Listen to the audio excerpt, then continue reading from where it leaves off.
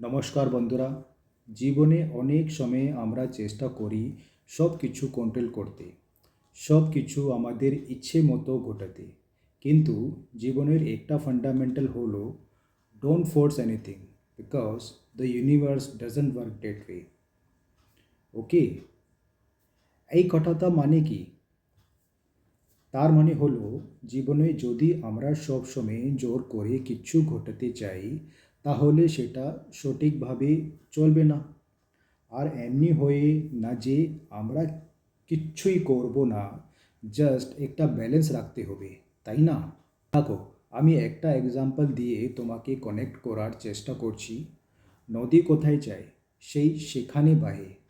তুমি যদি নদীকে জোর করে পাল্টার দিকে চালানোর চেষ্টা করো, সেটা তো পসিবল না, তাই না? তাই জীবনের আমাদের কাছ থেকে যেটা আসবে সেটা নিতে হবে একটা শান্তি নিয়ে, একটা ফ্লোয়ের মধ্যে। তাহলে আমরা কি করতে পারি, কিভাবে এই প্রিন্সিপালটা আমাদের জীবনে অ্যাপ্লাই করতে পারি? চলো কিছু সিম্পল উপায় দেখি। ফার্স্টটা হলো ব্রিদিং এক্সারসাইজ। প্রতিটি ডিসিশন নিতে যাওয়ার আগে একটা ডিপ ব্রিথ নাও। এটা আমাদের মাইন্ডকে শান্ত রাখতে হেল্প করে, ঠিক আছে? সেকেন্ডটা উপায় হলো লেট গো অফ এভরিথিং। প্রচুর চিন্তা করে কিচ্ছু মিলে না, তাই আননেসেসারি স্টেট বা থাকুন সব কিছু ফোর্স করার টেন্ডেন্সি থেকে দূরে থাকো। ওকে, থার্ড উপায়টা হলো ট্রাস্ট দ্য প্রসেস। কোনো কিছু একদিনে হবে না, তাই টাইম দাও, কিন্তু নিজের এফর্ট দাও।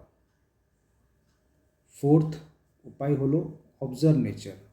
প্রকৃতির মতো সিম্পল লাইফ, যদিও আমাদের লাইফের কমপ্লেক্সিটি এর শান্তি মিলে না, কিন্তু সেখানে একটা ব্যালেন্স আসে, সেটার থেকে শিখে নাও।